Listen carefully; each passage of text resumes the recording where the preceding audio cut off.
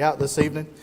I know that there are other things going on in the world that we could be spending our time doing, but I appreciate you being here, and hopefully the things that we talk about will be beneficial to all of us. Have you ever been talking with someone and they say, "Can I be honest with you?" Unfortunately, part of working in human resources is every once in a while I have to conduct an investigation. So somebody brings an allegation forward, and if it's serious, then I interview people. And a couple months ago, I was talking to a lady, and I'd been talking to her for 15 minutes and asking her questions. She's denied any wrongdoing of the subject at hand. And then, always at the beginning, I say, "I need you to be honest with me. This will be a lot easier for both of us if you're honest with me." And after 15 minutes of talking, she finally says, "Can I be honest with you?" And I said, "Well, yeah, that's what I've asked you to be the whole time." And then she admitted to doing all the things that she had just denied doing previous to that. And it sort of stuck out to me. It's interesting. It's like everything I've said up to this point, it's a coin toss if it's true or not, but now I'm going to be real serious, and now I'll tell you the truth. I want to talk a little bit about honesty tonight. If you can imagine any sin that would be so pervasive that the majority of people could say they participated in it. You think about murder. Most of us aren't tempted with that. Most of us haven't committed that sin. Or maybe being a thief. I don't think for most of us, if we go to a store, I'm tempted to steal. Now, some people have those issues. I'm not downplaying that. But most of us don't have to deal with that, or that's not our temptation. But how many of us have been dishonest? I think probably a lot more of us could say we've been dishonest at times. And it seems like we're almost used to having the truth twisted. You can't trust what the news tell you. You can't trust what politicians say. I won't give any specific examples, but it's so just ridiculous that they'll literally do or say one thing and then turn around and say, "I never did that. I never said that." And you literally just said whatever it is. Our society has a huge problem with honesty. In Ephesians 4 and verse 25, Paul wrote, "Therefore put away lying. Let each one of you speak truth with his neighbor, for we are members of one another." Paul talking to Christians, of course, and talked about the fact that a Christian is supposed to be honest, supposed to speak the truth. And so we want to talk a little bit about honesty this evening.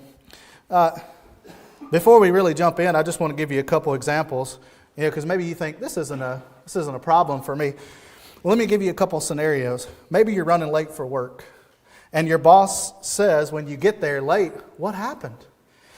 And then you start thinking of what kind of good excuse. Probably on the way to work you've already been thinking. Maybe you're tempted to think, what kind of good excuse can I come up with? What kind of good reason can I give for why I'm late to work?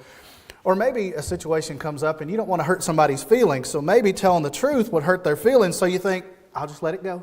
Or I won't tell them the whole truth. I don't want to be totally honest so that I can save them some hurt. Or maybe, kids, your parents ask you, "Hey, did you do this?" And you start thinking, "Man, I'm going to be in trouble if I say I did." So you say, "Well, it wasn't me. I didn't do that." It's fascinating to me that kids learn to talk, and then shortly after that, they learn to start being dishonest. To try to achieve a desired outcome, they start being dishonest. I've joked in our house that somebody must have broken in and made the rooms messy because my girls have both told me, "I didn't do it." Somebody must have broken our house and made your room messy. Of course that's not true. Somebody did it, but they're being dishonest. So we got to work at that. We got to talk about honesty. There's an old phrase that says honesty is the best policy. I found that it was recorded, the earliest recording of it in English is in 1605.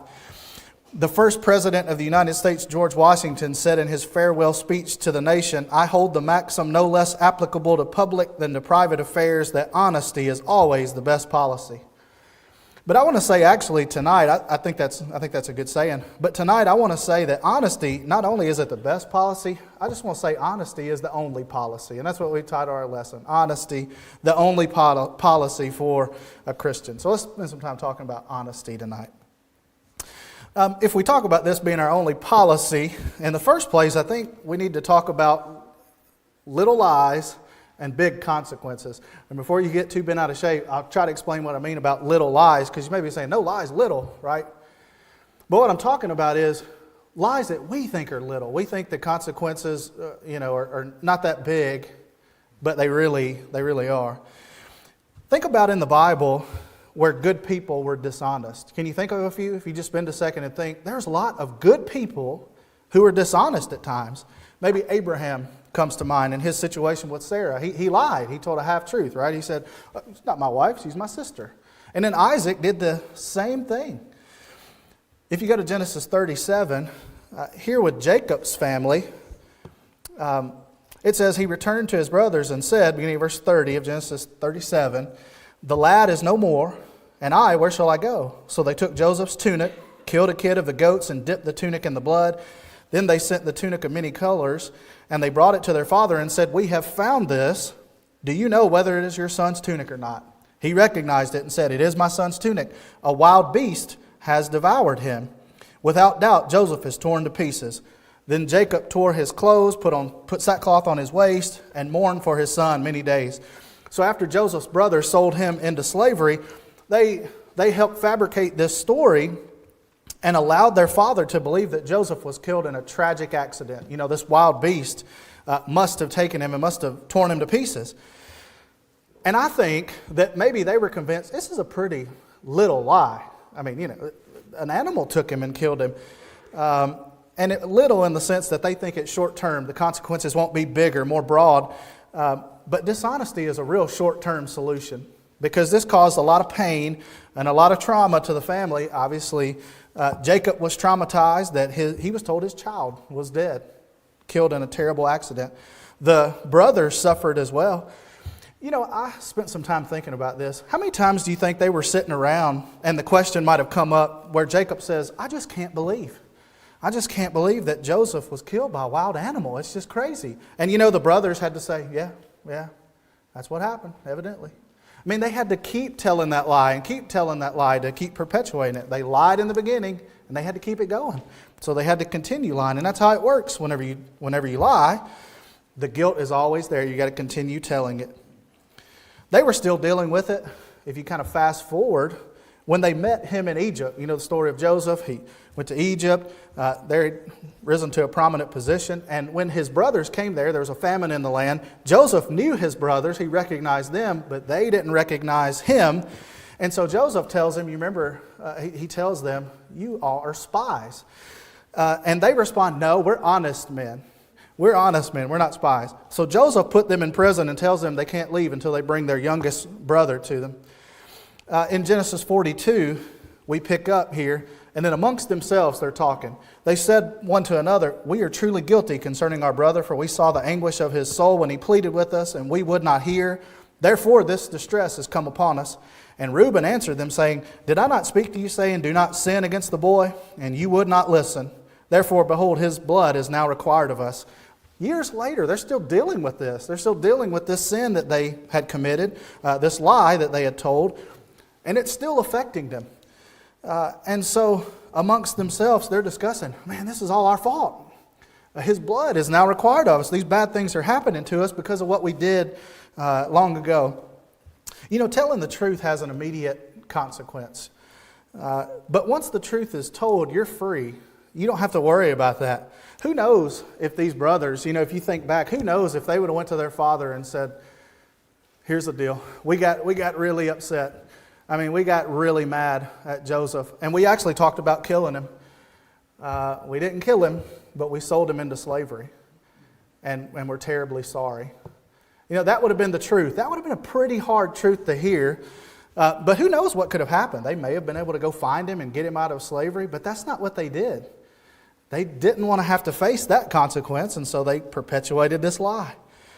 When we're at the crossroads and we've got a choice picking between telling a truth or telling a lie, just recognize that if you say something that's a lie, it may have a short-term impact in your mind, but the long-term consequences are very bad. And that's what you see with Joseph's brothers. It's always better to tell the truth than to tell a lie. And so sometimes we convince ourselves it's just a little lie, but that's not true. The consequences are big and far-reaching, and we don't even know how far they'll go. Second thing I think we can say is that there's a problem with dishonesty, and I want to try to talk to that a little bit, speak to that. Sin is sin. We talk about that. They're all bad. Dishonesty is especially a terrible trait, though, to have in your character, because if you're dishonest, then you are equipped with thinking that you can get away with pretty much anything. If you're a dishonest person, you're comfortable with lying then your thought process is, I can get away with anything, because then I'll just lie it away. If I do something wrong, I'll just lie about it. If somebody asks me, I'll just say, that's not what I did, or that's not where I went. And that's a huge issue. You've lost all restraint in your life because you can make up a story about anything, and that's pretty scary. That's the problem with dishonesty. God has always been concerned about people being honest. If you look at Leviticus 19, in the law of Moses, it says, you shall not steal, nor deal falsely, nor lie to one another. God's always been concerned about people telling the truth. What about in Proverbs 6? It says in verse 16, these 6 things the Lord hates. Yes, 7 are abomination to him, a proud look, a lying tongue. And the list goes on. There's 7 things that God hates. One of those is a lying tongue. What about Proverbs 12 and verse 22?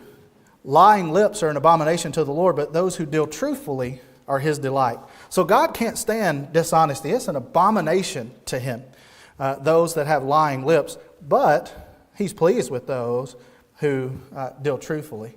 And so God does not like when people lie. He wants us to be truthful with each other. And what we're talking about here is the problem with dishonesty. Just want to give you some real practical application to that. Would you want to be friends with somebody who's dishonest? I think all of us will say no. Would you want your spouse to be dishonest? No. If you can't trust someone, then there's major issues in the relationship. You got to be able to trust somebody. And if they're dishonest, can't trust you, we've got problems. We've got bad problems. And I want to say that I think dishonesty is used a lot of times as a vehicle to get people where they want to go. Think about Jacob's sons. They hated their brother. That was their issue. They were jealous of him. They hated him. The vehicle they used to get rid of him was lying. That was the tool that they used. The issue was their hatred for him, and they used lying to try to get rid of him. What about a New Testament example? Gordon read for us in Acts chapter 5, beginning of verse 1. Story of Ananias and Sapphira. Very familiar with that story. We'll read it again. It says, a certain man named Ananias with Sapphira, his wife, sold a possession, and he kept back part of the proceeds, his wife also being aware of it, and brought a certain part and laid it at the apostles' feet. Peter said, Ananias, why has Satan filled your heart to lie to the Holy Spirit and keep back part of the price of the land for yourself? While it remained, was it not your own? And after it was sold, was it not in your own control? Why have you conceived this thing in your heart? You have not lied to men, but to God. Scary phrase there in verse 4. They lied to God about this thing. But think about, their main issue was pride and arrogance, right? They wanted to look good for selling this land. They wanted a little bit of recognition. So we sell this land, we'll keep back part of it, we'll bring some of it to the apostles' feet, and people will think, just look at the sacrifice they're making. I mean, look how giving they are. Look at the good deeds that they're doing. That was their issue, their pride and arrogance. The tool that they used to try to accomplish it was lying. And they lied to God. Obviously, that did not work in their situation. They lost their lives in this case because of it. But we think dishonesty will allow us to access the things that we want. Ananias and Sapphira thought, if we're just dishonest, then we'll get that recognition that we want.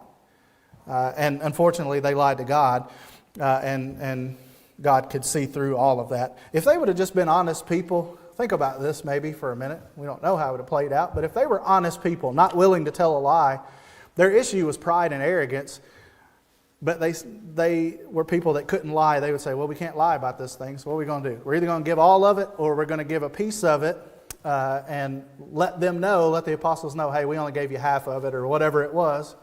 They would have still gotten some recognition. The issue was their pride.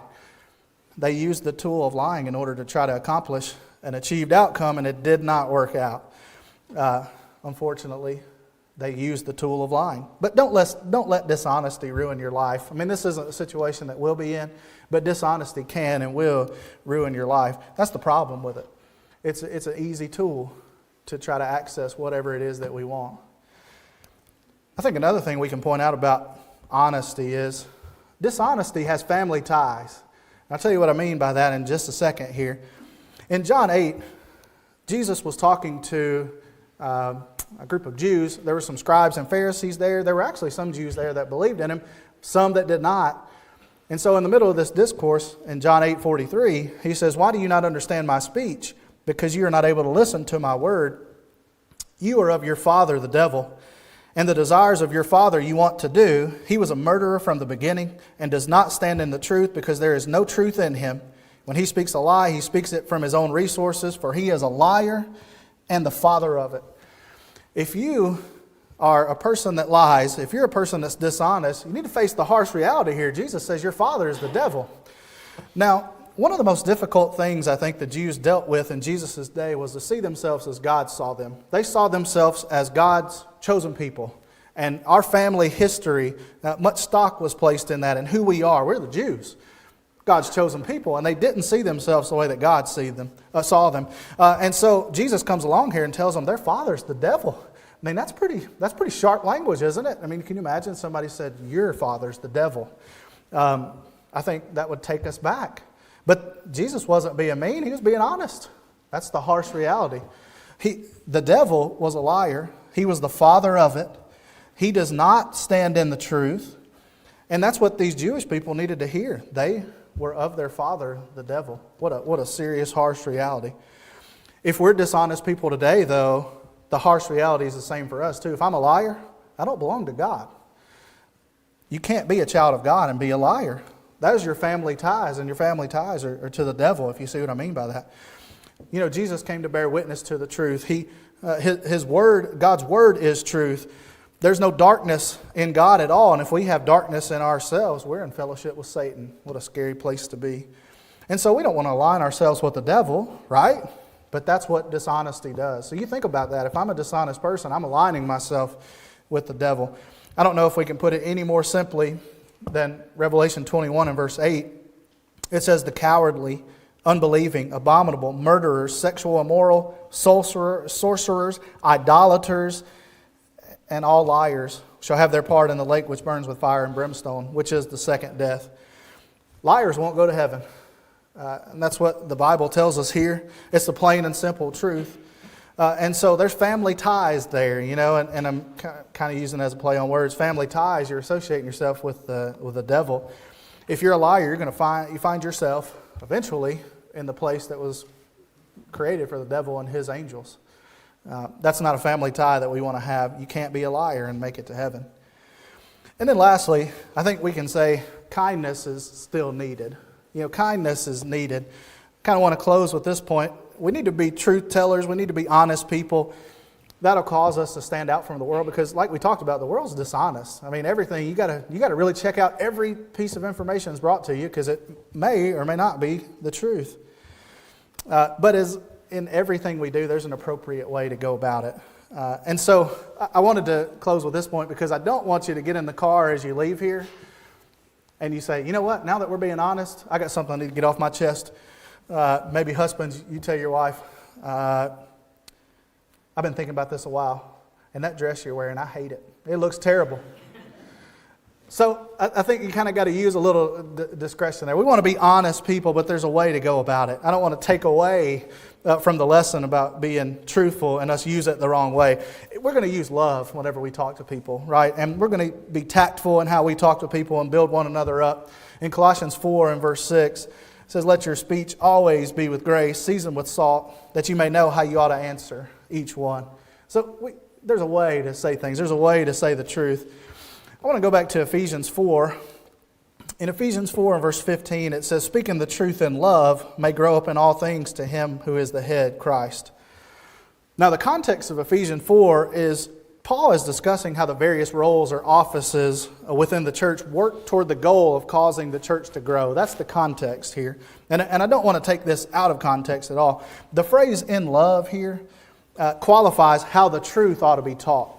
Speak the truth in love. Because the goal is we want to be motivated by love because we want to teach people that are lost the truth. We want to have them come into a relationship with God. That's what's being talked about here. So I don't want to take that out of context. That's the motivation for why we speak the truth. But I would just say that the same should apply overall. Our motivation in talking to people, love should guide that. You know, if I've got a piece of information that's the truth, that's not a weapon for me or a tool for me to go and use. Like, I'm going to go and just tell them the truth and try to stick it to them and make them feel... That's not what we ought to do. So we need to be truth tellers as we are coming in contact with people as we live from day to day. But love is kind of the guide for how we speak to each other. That's what we ought to be motivated by. In Psalm 15, beginning of verse 1, it says, Lord, who may abide in your holy tabernacle? Who may dwell in your holy hill? He who walks uprightly and works righteousness and speaks the truth in his heart. We need to be people that speak the truth. We need to be honest people. Our lives should be marked by integrity.